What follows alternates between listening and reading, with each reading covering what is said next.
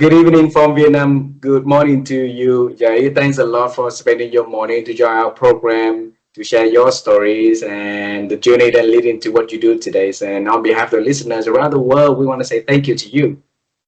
Thank you so much for the invite, huh? And I'm very happy to be here and join your international listeners.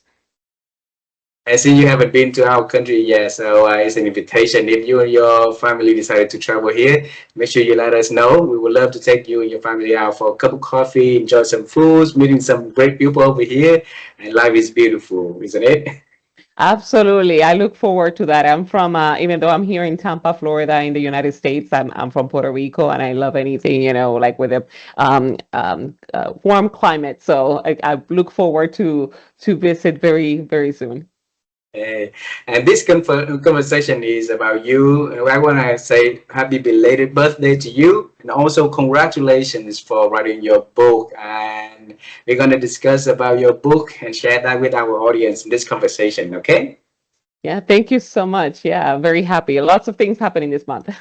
Now, exciting, exciting.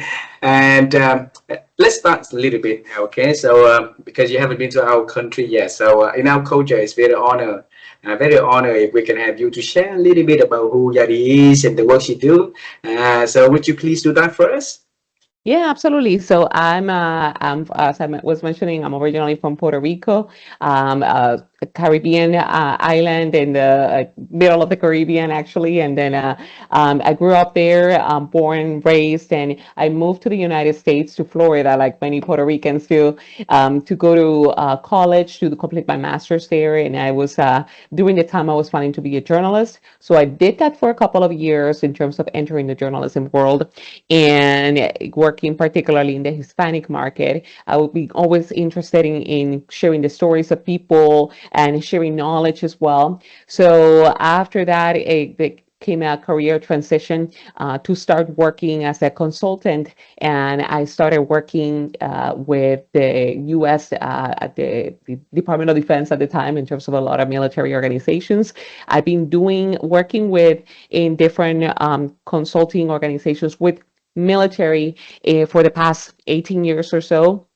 And my career transition from I'm being always a learner of trying to I get bored easily and I want to do new things and learn new stuff.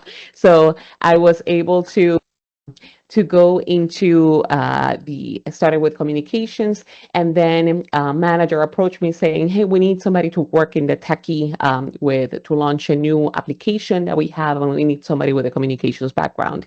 I never saw myself as a techie, so when I started working with engineers and developers, I found it very fascinating that they were able to create things out of nowhere. So since then, I started working in different roles with alongside the developers and engineers, either helping them to engage with customers, improve processes, and that has transitioned in the past several years to kind of do a lot more coaching with the team. So I started getting involved with different agile practices, meaning that I was able to help them organize, become more productive, and also identify ways that they could better work together. So, and I've been doing that, and I've enjoyed it very much.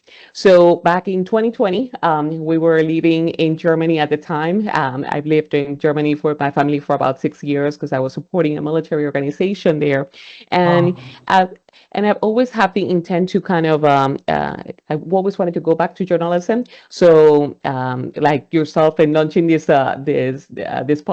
podcast and your venture, I decided to go ahead and launch a the podcast Hardcore Soft Skills, which was I was curious to know what is it that makes people work together effectively? Because I was frustrated to see like a lot of people with so much technical talent, but a lot of times the projects failed.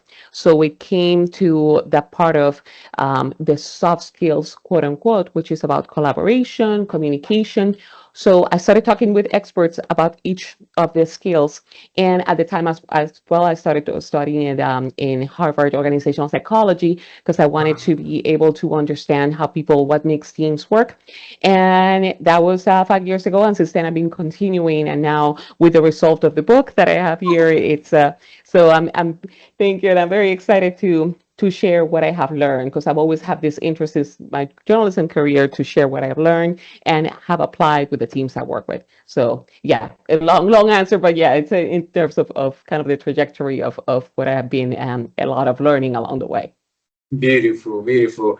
And my wife and I, we created a framework called Newness, and that came out because of a journey of interviewing amazing people, high ranking military officers, professors, scientists, engineers, astronaut, NASA engineers, and through our programs, right? And one thing that behind all these amazing people, for what they do is they're always open for newness. They're open for new ideas. They open to new, trial, new experiment. Like you said earlier, your career is like you move from one to the next, so that it's experience the new thing to see what is else in there that you could do, right? And from journalist to a coach to an author, speaker, it's beautiful. And so before we talk about anything else further, I want to bring you travel time with me a little bit, okay? Yeah, How does time travel sound to you? I love time travel. Let's do it. Okay. When I was little, I was born in a city called Da Nang City, so in the middle of the country, and it's poor, and it's got devastated because of all the bombs during the wars that happened in Vietnam. So I was born in a very poor family as well, and one night we had electricity. The next night or so, we did not have electricity at all, so it's dark. And my first dream about my future is I want to become an astronaut. I would love to go to the moon and enjoy the bright. Of the moon up there, right? And the life had taken me to a different directions. So for Yadi, when you were little, what was your dream about, the future works that Yadi is going to do? So yeah, that's interesting because when I was little, I was very introverted. So I kind of, I'm still am, of course, but I was super quiet, and my refuge, I guess, I had a very extroverted sister, and we will hang out, and I had friends through her. But in my house, growing up in Puerto Rico, it was, it was a nice childhood in the sense of hanging with the parents. We had everything we needed, and the situation, there was a kind of a very stable growing up with my parents. My mom was a teacher, my dad was a cop, so it was like very middle class stable family, and it was just at the time, I was very bored at times because we didn't have cable or internet, growing up in the early 90s. So it was, my mom would buy magazines or the newspaper. So I was always an avid reader of things because I was bored. So I've always wanted to kind of do something related to either writing. I didn't have necessarily like, big dreams as you in terms of being an astronaut. I was just kind of like going with I was a good student, reading and doing kind of doing the right thing. And even as I went to college, I didn't really have a clear idea of what I wanted to do. I went to the university in the metropolitan area, and I started studying philosophy, which was just to kind of continuing. I've always liked studies and learning, and then I was always interested in communications in the sense of the kind of radio, because growing up with the radio, and I love hearing stories of people. So I've always been wanting to do something related to communications. And my world expanded a bit more once I decided to go to to the States to study. So getting out of Puerto Rico, back at 2021, I decided to go to the US, and that kind of like opened my eyes of all the possibilities of what I could do with my career, or kind of like through journalism, I discovered all the things that people were doing, business, entrepreneurship, and others. So I think that's when I decided to kind of like do a little bit more in terms of, like I said, from journalism, continue growing and learning. And I must say that it's up more recently in the sense that I've been kind of wanting the hunger to do more, to kind of venture more into entrepreneurship, of the possibilities that are out there. I've been listening to a lot of and following creators in businesses and entrepreneurs. And now in my 40s is kind of like what I'm starting now a new career path in terms of venturing and the ambition of wanting to have making hard course of skills like a platform that it's normalizes the education of soft skills around the world. So I think the fact that growing up in a childhood, I didn't really have necessarily big dreams. It was coming and getting out of my comfort zone in the US and having to force myself to speak to people and having to force myself to kind of engage with others because as an introvert, if I didn't talk to people, I didn't have a story as a journalist. So I needed to talk to people. So it was more in my 20s along those lines and discovering very recently that all the possibilities that are out there. So I must say it's never too late. Like even if I, there's always time to pursue the dreams like you are doing in terms of where life can take you. Wow, wow. Since you mentioned that, I want to ask you about your idea in terms of newness. Also, as an introverted person, I bet that when you went to the US, it's a big country with a lot of people with a lot of opportunities, and you've been navigating that giant world, like with possibilities in the mindset of newness. It's strange, it's scary also. So if you rewind you to your life, right, and you look back at how that newness thinking, that newness mindset has helped you, and to become who you are today, and share with us a little bit of that, would you? Yeah. So in terms of I, as I mentioned, I'm an avid learner, and particularly even after when I became a mother up to almost 13 years ago as well. So there's something that kind of also kind of clicked on me as well of all the possibilities that I want to create for my children in terms of what future they want to have, all the possibilities that are out there in the world.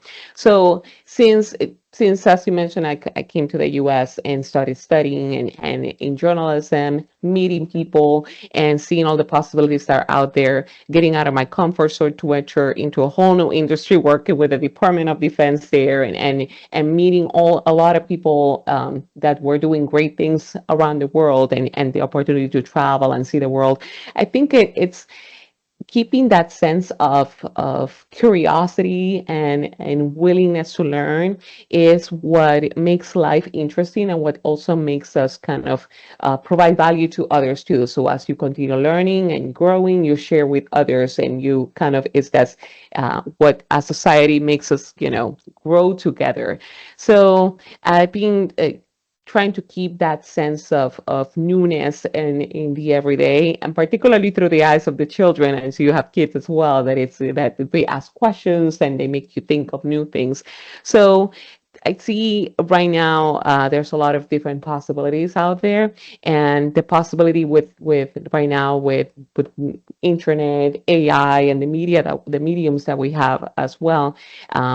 Creating those relationships is critical, and me meeting you that are all in Vietnam and here in the States, that's just it's fascinating. So I think it is important for us to make a deliberate effort to keep that sense of newness, either in whatever we do at work, meeting new people, in our everyday lives as we discover content and good resources. So I think that should be driving our day to day as we continue.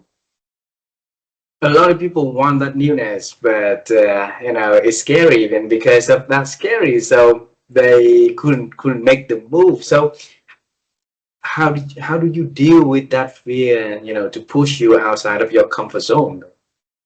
Yeah, and that's a very important question, particularly now, because we are being forced to adapt, particularly in the workplace, that it's not a matter of like, oh, I'm good here, with the things I know, like as I experienced with a lot of colleagues that were in the workplace that all of a sudden what they thought was secure like a government job it's not secure anymore. So it is important, and that's a skill too, the adaptability and dealing with change. It's first to understand that, not resist it, understand like, okay, change is coming, it's things are going to happen, and identify that there are other people that perhaps have going through that change or are doing the thing that you are you know, that you're expected to do. So it's like, okay, it's not something completely new. Even during COVID, hey, we survived the being at home for an extended period of time. So there's the understanding that other people have done that particular change, and also understanding it's a time to do a good self-assessment to understand what are my skills, what are the things that I can bring into this new situation. If there's a change of your role or a change of place as moving to a new country, it is important to understand what skills do I have, what can I bring to the table, and after you identify what you have identified, what do I need, who do I need to call, who can help me navigate this thing. Like, for example, for me and my family, moving to Germany was a shock for us, but we had the opportunity to have a community of people that have done the thing, have moved to Germany, and that we were able to call and be like, how do how do you recycle? How do you do like the basic little things? How do you find a new place to live? Like all these things that there are people willing to help you navigate and support groups. So I think it's part of understanding what's the skills you have that you can bring to the new situation, and then identifying what's my support group or support resources that I can leverage to make the change easier to digest. And also, and lastly, just being able to kind of embrace the change, because doing the same thing, there's all the possibilities. So kind of keeping a, without sounding too, woo woo, it's like, it's just a keeping a positive outlook. What could happen? You never know in terms of your own experience as well. The adventure where life has taken you, it could be very surprising. So yeah, those are things that we could do to deal with change. So that little girl, Yadi, when she was little, did you think that one day she's gonna travel the world, like different country, different continents like that? Um, Not really. I was interested in when I remember clearly reading when I was little the newspaper in Puerto Rico, and reading about the discovered countries. There was the Gulf War happening at the time, and I was reading, and I'm like, I don't know anything about this, but I'm just going to keep reading about what's happening in the world. So just being, I didn't really thought that I could be working alongside those people that are, in the military, making big decisions and doing big things. So that was surprising. I never imagined that. And Uh, also, and the ability to kind of work or live elsewhere. So not really. And I think it has been I knew I wanted to do good things, but I didn't really have a clear picture. And even right now, I'm like, hey, 10 years from now, things could be very different. So I'm opening to the possibility of meeting new people, and kind of spreading the message of what I have to offer in terms of the importance of soft skills at work. So yeah, I'm very excited about the future too. how about writing a book? She loves writing when she was little. And when you was little, did you ever imagine one day that you're gonna, become an author yourself? That part I was kind of I was dreaming about, like, for example, Ah, when, yeah, because I was just reading, going back to that newspaper in Puerto Rico that I was reading. I'm thinking, oh, it would be cool to have my column in a newspaper or things like that. And when I joined, when I went to school, and years later when I started my career, seeing the name in the byline, I'm like, oh, this is cool, this is a story and it has my name on it. And now just continuing, I've always enjoyed writing and researching and reading. So I think that part I just didn't imagine necessarily like the particular topics that I will write about. I always knew I wanted to be a writer one day, and being able to share stories. so for the book, the idea of writing the book appear first before the podcast, or the podcast appear first, then the book, come after. So the podcast definitely first, because Ah, I wanted to interview people, and I have been podcast was I started listening with like 2013, 14, which was not as extremely popular as it is right now. And but podcast for me became a form of, I listen to a lot of podcasts from Puerto Ricans, and being able to kind of keep close to home, and also to learn, like listening to, like, back then Tim Ferriss having one of the, yeah, like one of the first popular podcasters out there. So I always like either radio or um, my preferred way of learning is by listening. So I've always been a fan, and I'm thinking, oh, maybe one day. So when COVID came in, that it's kind of the realization of like, hey, anything could happen. It is now or never. So I took a free course in podcasting. I had some experience on editing when I was doing radio. And I decided to like, hey, let me call authors that I know and kind of reaching for, the well-known authors and others. I'm like, let me reach out to them, and they will respond because I guess they were not, it was COVID time, so they were available. So I've been able to speak with authors like David Allen, John Carter, or for change management, like people that were.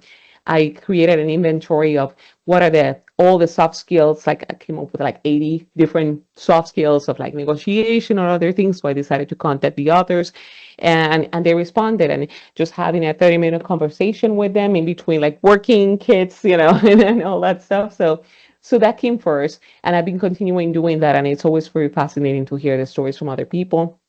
And then came the idea of like I want to put all this knowledge together because I was looking for a guide that so I wish the book I wish I had in as I join a new team or as I join a new organization and how to make it succeed.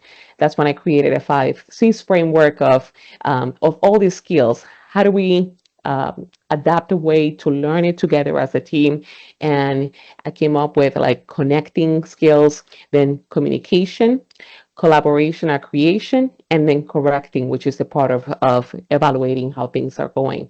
So that's why I put together the lessons from guests, some research, and my experience as well in putting in the book to kind of, and I still think that I left out a lot probably, and I'm like, oh, I need to do this for the next new version or a different version. So I'm still planning to do more revised editions in the future, or books that are specific to specific skills. Beautiful.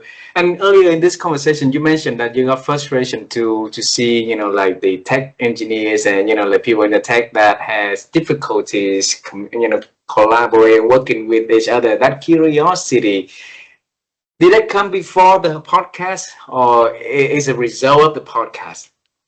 It came before, and that was the Okay. driver to do the podcast, because it was a lot of the times, as well as that perception that is the technical folks that have the difficulty, and a lot of times is the managers have a lot of difficulty communicating with the teams, and at times when they would come to me and say, "Hey, fix them," and it was more an approach of ending up like, let me coach the manager or coach the people that are in charge, let's say.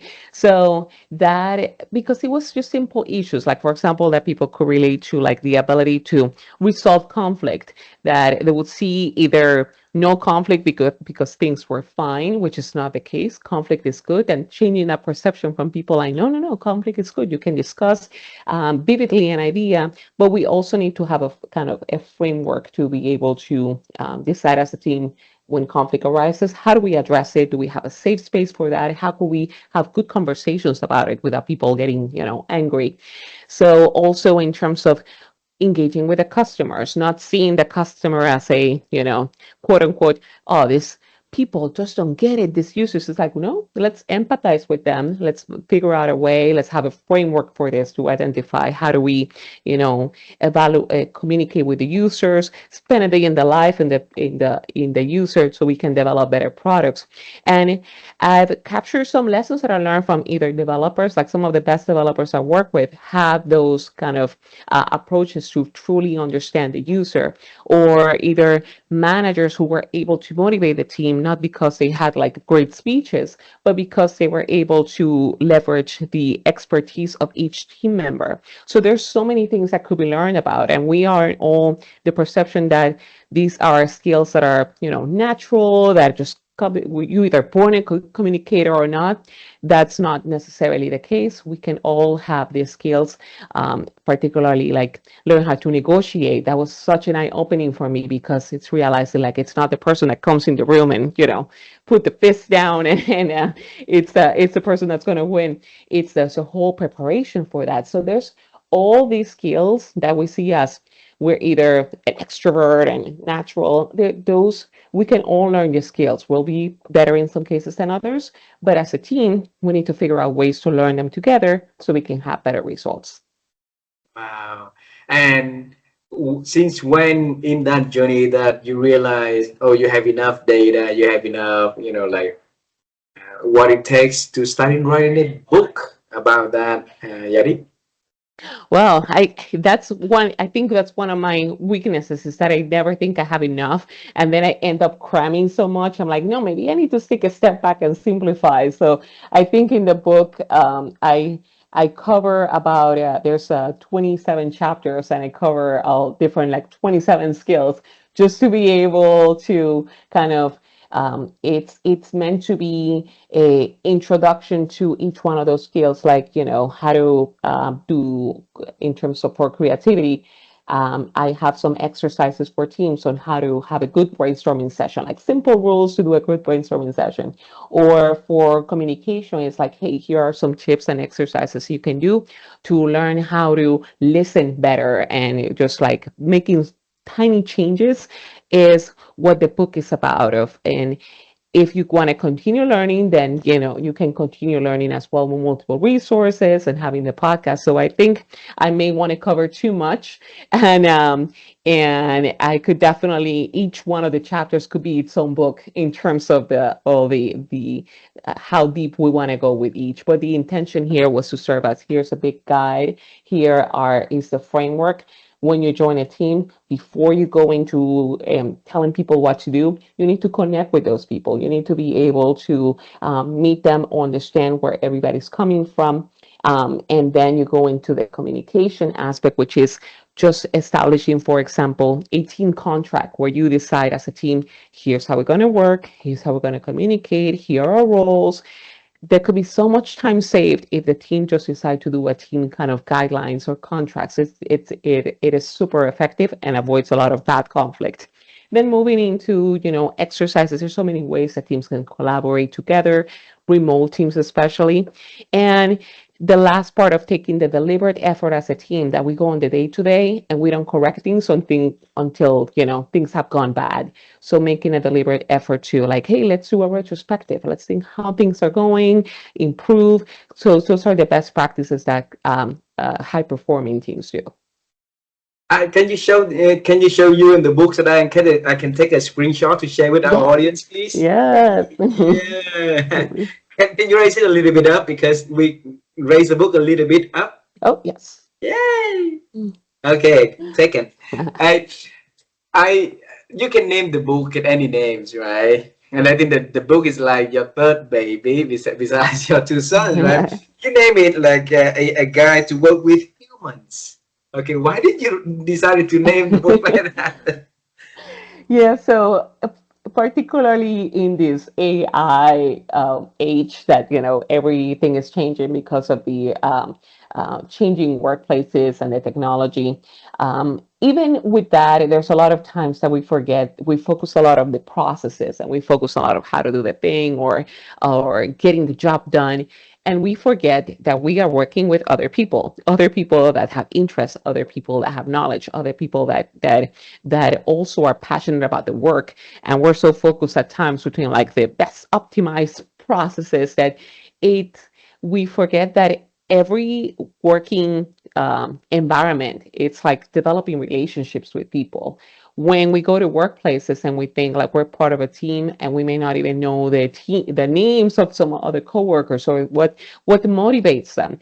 So I think even myself, that has been a lesson that I've had to learn through my career, realizing like when I get to develop those relationships with the people, it's when the best results come out. Recently, I was my role was to lead a transformation effort across in a military organization. And the part that people walked away with that they were happy about was realizing that I was kind of forcing people to kind of just meet each other and say like, hey, this for the project managers who did this thing that you have to respond to or develop.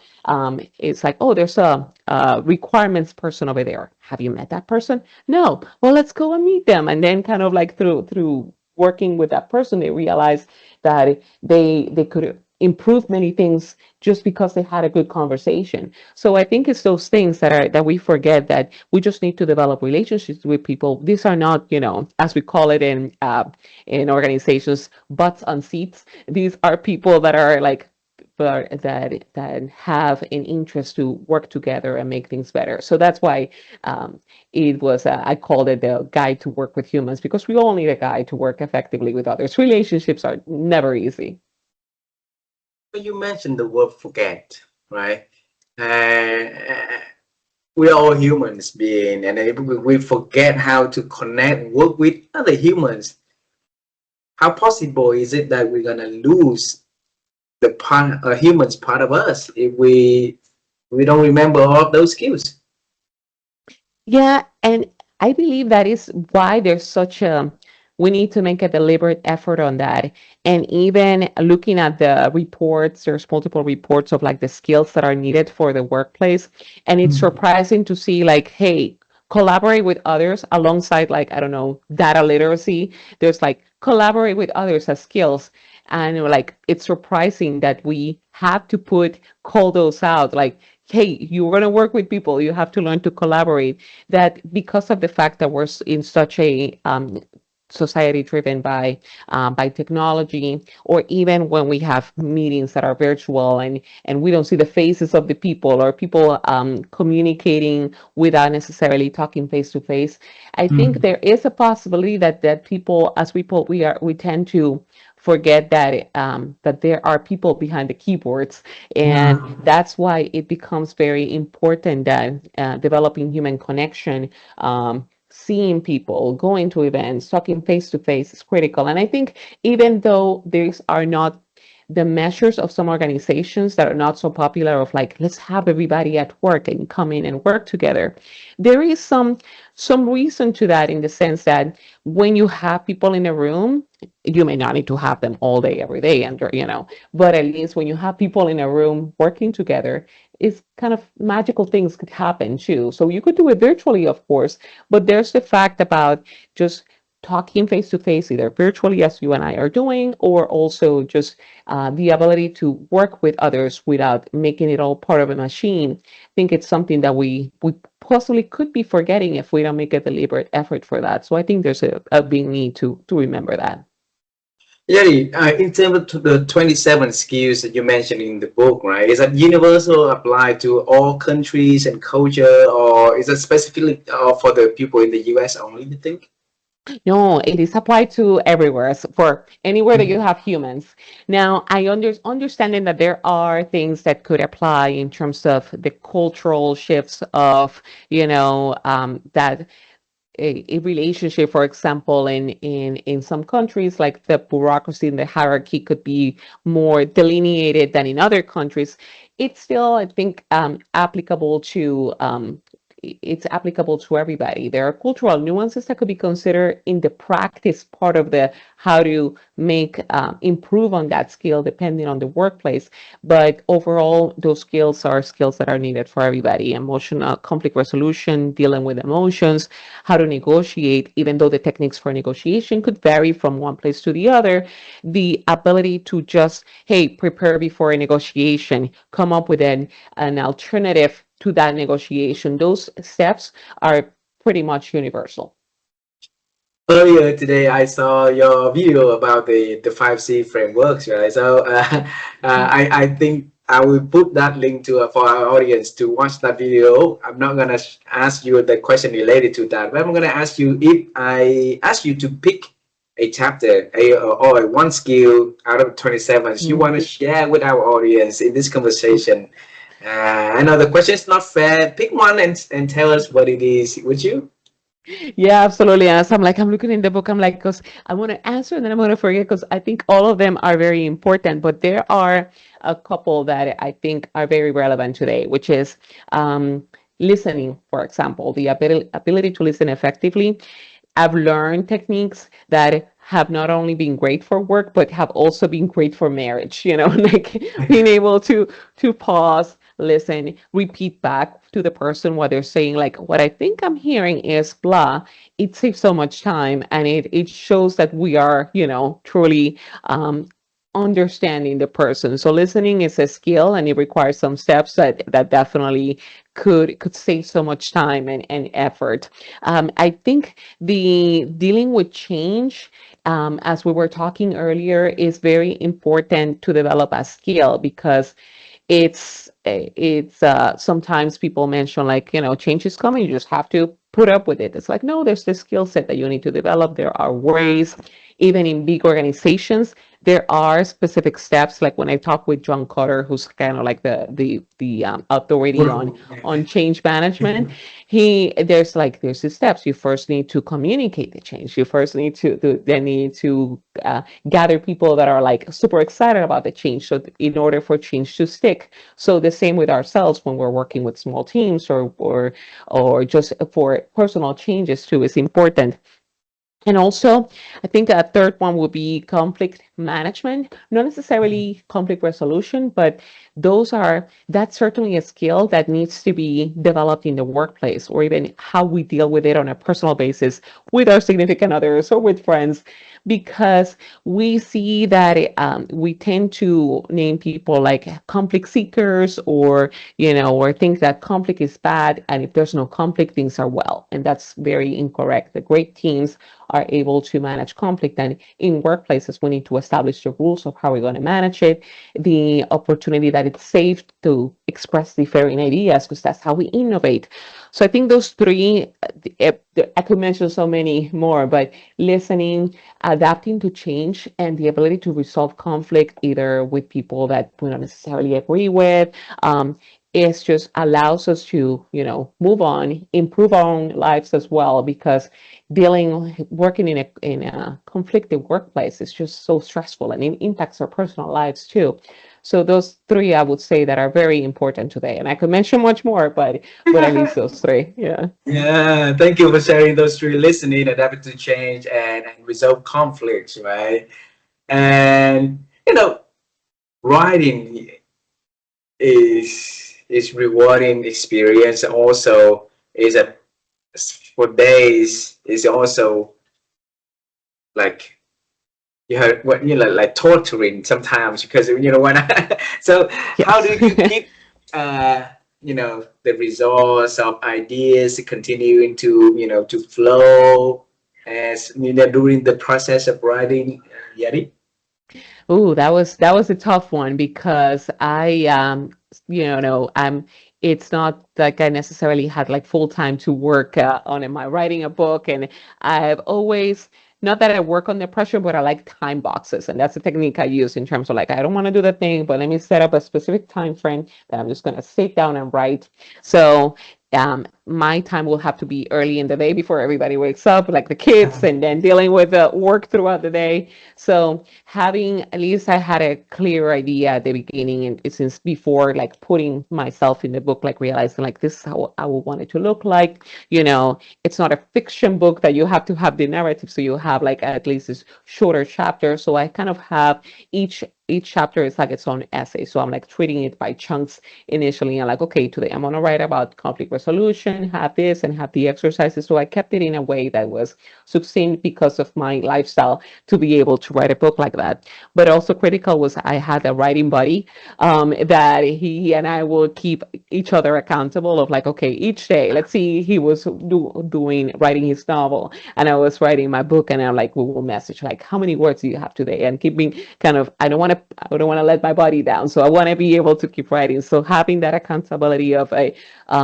person that will make you accountable, and having that really discipline of imagining like, okay, the book, I want it to be at a specific time.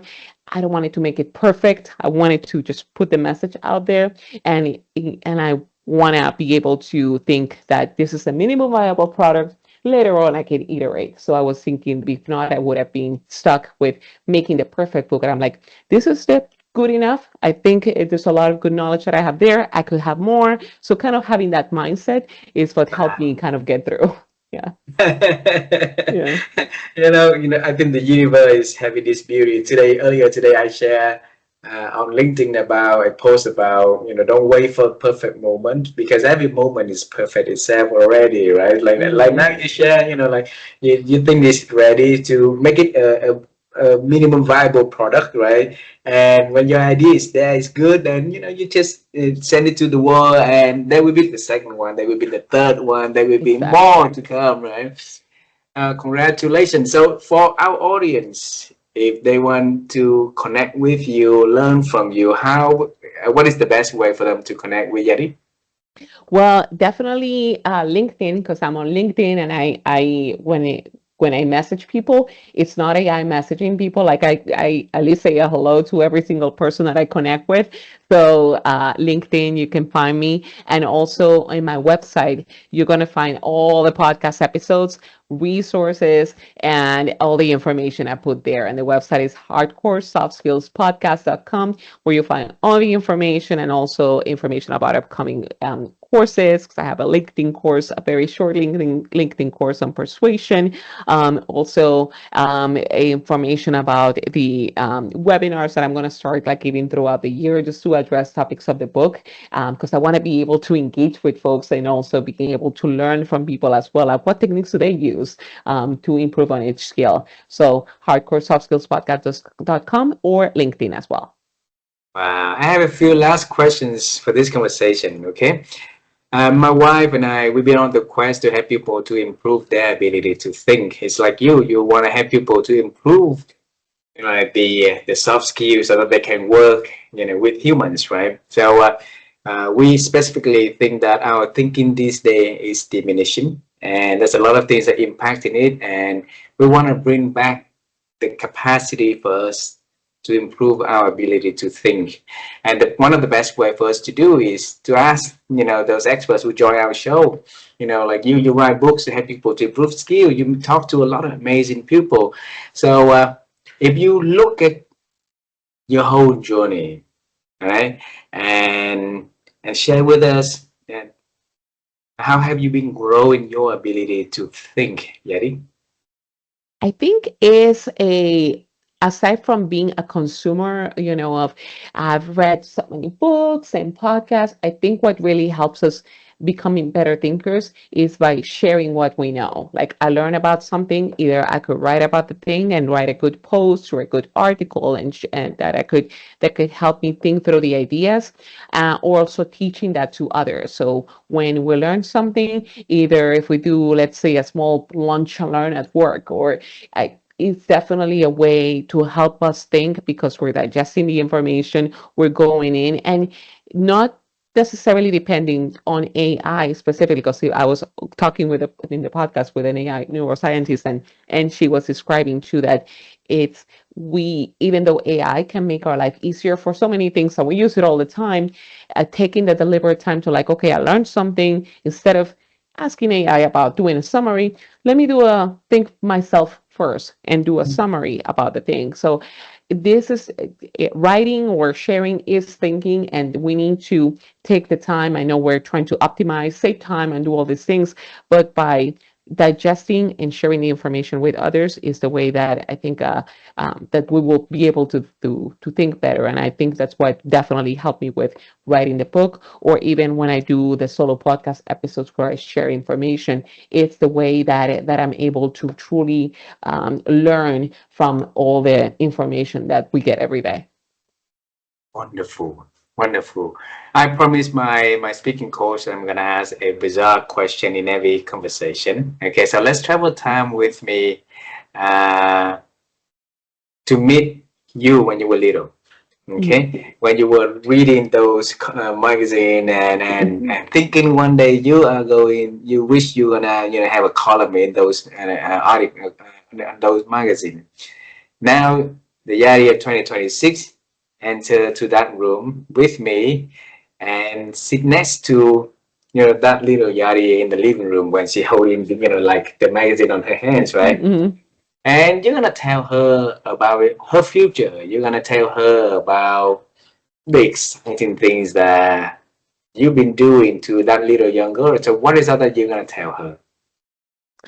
Well, that's interesting, because I will tell her that she will be able to lose the fear to interact with other people, like that fear of, what are other people thinking, or others tell her like, no, you're gonna lose that fear. Sometimes it might not be easy, but it is by getting out there that and talking to people and realize that there's a lot of people that are either just like her, or that think that are thinking same things, or that she could learn a lot from. I think that just that girl it's that there could be many possibilities, and even no matter the age, that even if she thinks that by 20 something she has to have things figured out, it's like, no, no, no, life is gonna be a constant journey of learning and embracing, and you set your own limitations. And I think that she will be able to kind of surpass her own imagination on the possibilities that are out there. So yeah, certainly I will tell her that. And what would she say to you? um I think she will trust me. She'll say like, "Okay, all right, that sounds." I don't know how, but like, but Figure it and out. that part of losing the fear is like, okay, no, that's interesting. So I think she will believe. It's just not see the full, picture, but I think she will believe the future me. Beautiful. The last question, okay? And I have to put something into that. I want to travel to the future. We can travel the past. We talk about the present already. Let's talk about the future to make it complete, right? Uh, because you have a very beautiful journey of doing different things, from journalist to communication expert, talk to being the coach, now writing. So I'm curious. This year, what is the one skill, the main skill that Yadi is investing time to master, that she wants to share with our audience? Maybe somebody listening will have the same desire to improve that skill. So, what would that be?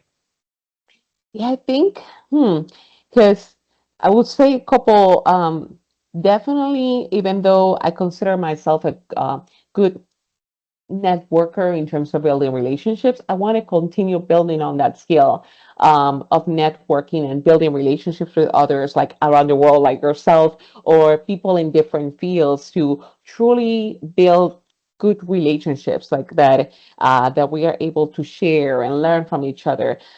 Because I think as I continue to want to grow hardcore soft skills, like either through sharing the message through the book, through the podcast, doing workshops, that I want to continue growing that message, that it is important to practice deliberately these skills and make better workplaces. I think it will be very important to continue practicing the ability to build new relationships and have like meaningful relationships as well, not just like collecting connections on LinkedIn. It's just being able to, like, hey, we have our relationships that we can call around the world, and call in Vietnam, hey, I'm here, and then we're visiting, we have dinner. So yeah, I think that's continuing building that skill is what will be critical this year. Wonderful, wonderful. Hey, Yari, I want to say thank you for spending your morning to join our program. You are our first interview for 2026, and this is a Awesome. beautiful conversation. And it's a signal that it's a sign that we're gonna meet in person one day soon, right? So Yes. I really look forward to that one day that you call me and you say, "Hey, hi, I'm in Vietnam with my two sons and my husband, and maybe some friends also." And Vivian and I will be so delighted to to come and give you guys big hugs and maybe take you guys to show different things in our city. And congratulations on the book. I believe that in the age of AI at the moment, there's a lot of people relying on, like that technologies for answerings. And eventually, if we're not managing our skills well, then we're going to lose the part as humans, like how to connect, how to relate to one another. And And your work is important to help us to regain those things so we can create better work environment, collaboration, friendship, partnerships, and bring more smiles, more joy to work and to home, right? So I want to say thank you for doing that. I wish you all the best in 2026 and many more years to come. I wish the book be a successful one. And I want to say, send our love and kiss to your family. And please do that for us. Thank you so much, Ha, and I appreciate the time and the thoughtful questions. So this was very fun. Thank you so much for the opportunity. Thank you very much. Have a beautiful day. And I'll let you know when we are launching this podcast next week. Okay. Wonderful. Thank you. Bye, Yadi. Bye bye.